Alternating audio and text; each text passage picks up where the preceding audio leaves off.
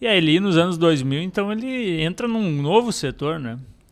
Foi pro setor de mídia, adquirindo marcas históricas, mas insolventes. O Jornal do Brasil e a Gazeta Mercantil, que o meu amigo Greco tanto gosta, né? Sim. Gazeta era um clássico, né? Era a leitura indispensável dos executivos na época, Avenida Paulista, né? Depois que foi para Faria Lima. Mas era a história. Inclusive tem um livro, né, sobre a Excelente história. livro. Muito bom.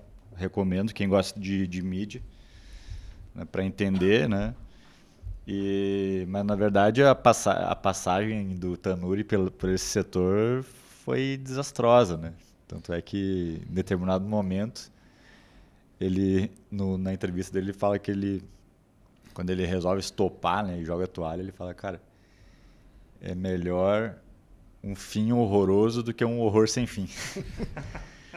Porque ele comprou o Jornal do Brasil, daí pouco tempo depois a Gazeta, aí ele tentou fazer a JBTV, que era a TV do Jornal do Brasil, durou 6 meses.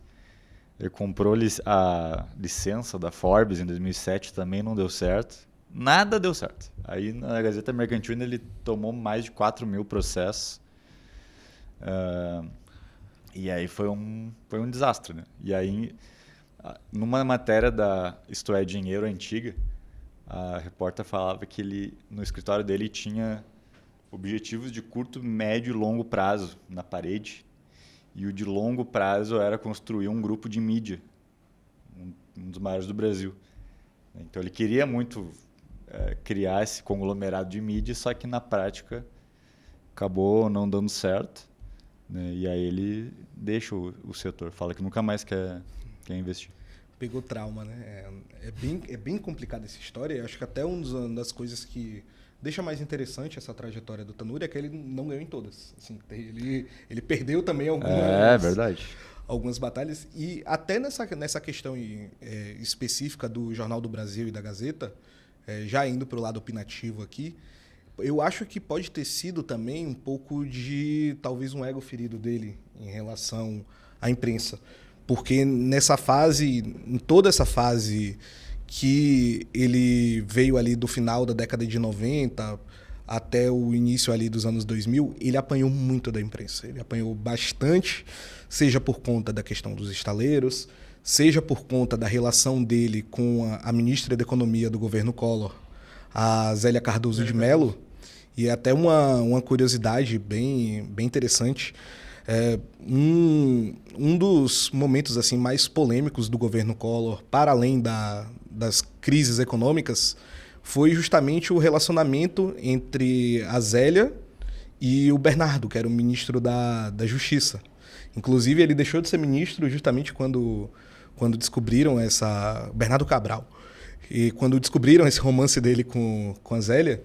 E um dos lugares que era um dos pontos de romance deles escondidos era a casa do Tanuri.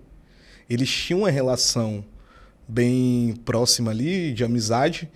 E como de costume no Brasil, né, para surpresa de absolutamente ninguém, você tinha uma suspeita ali, uma suspeição de que havia alguns benefícios feitos para as empresas de Tanuri, usando ali o BNDES, naquele modus operandi clássico que a gente... Pensão também, né? Exato.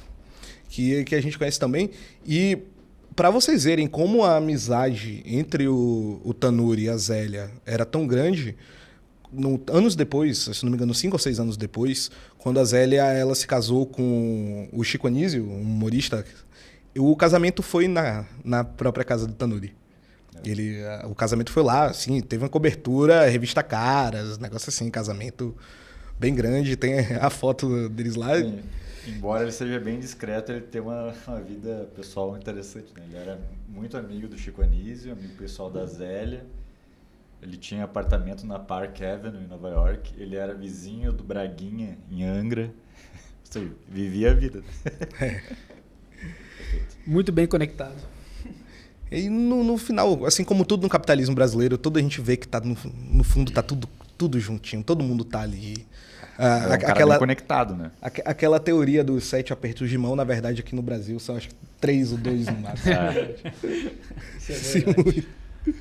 Foi um... Assim como tudo na vida dele, foi uma época bastante controversa ali, né? Como o Greco disse, ele enfrentou mais de 4.000 ações trabalhistas herdadas, né? Isso que é importante. Tanto do Jornal do Brasil como a Gazeta Mercantil. E aí, infelizmente para ele, ambos acabaram fechando, né? Não existe mais, acho que nem o Jornal do Brasil, nem a Gazeta Mercantil. O Jornal do Brasil ainda tem online, né? Tem alguma Mas coisa, ele licenciou a marca, né? E a última edição impressa foi em 2010. Ah, tá. Tá aqui a informação, é verdade. Gazeta Mercantil deixou de circular em 2009 e o Jornal do Brasil impresso em 2010. Que a Gazeta, especialmente, né, que foi que eu li o livro, tava muito mal das pernas. O Luiz Fernando Levi era um cara muito impulsivo, deixou o jornal em frangalhos, assim, né? Ele tinha ideias mirabolantes, gastava muito. E aí também com a tendência do setor, né, do jornal, que todo mundo sabe que está em declínio, deixou num ponto tão crítico que nem o Tanuri, que tem um track record de reestruturação, não conseguiu erguer e aí quebrou de vez. Se você gostou desse conteúdo, siga o nosso canal de cortes oficial para mais vídeos como esse.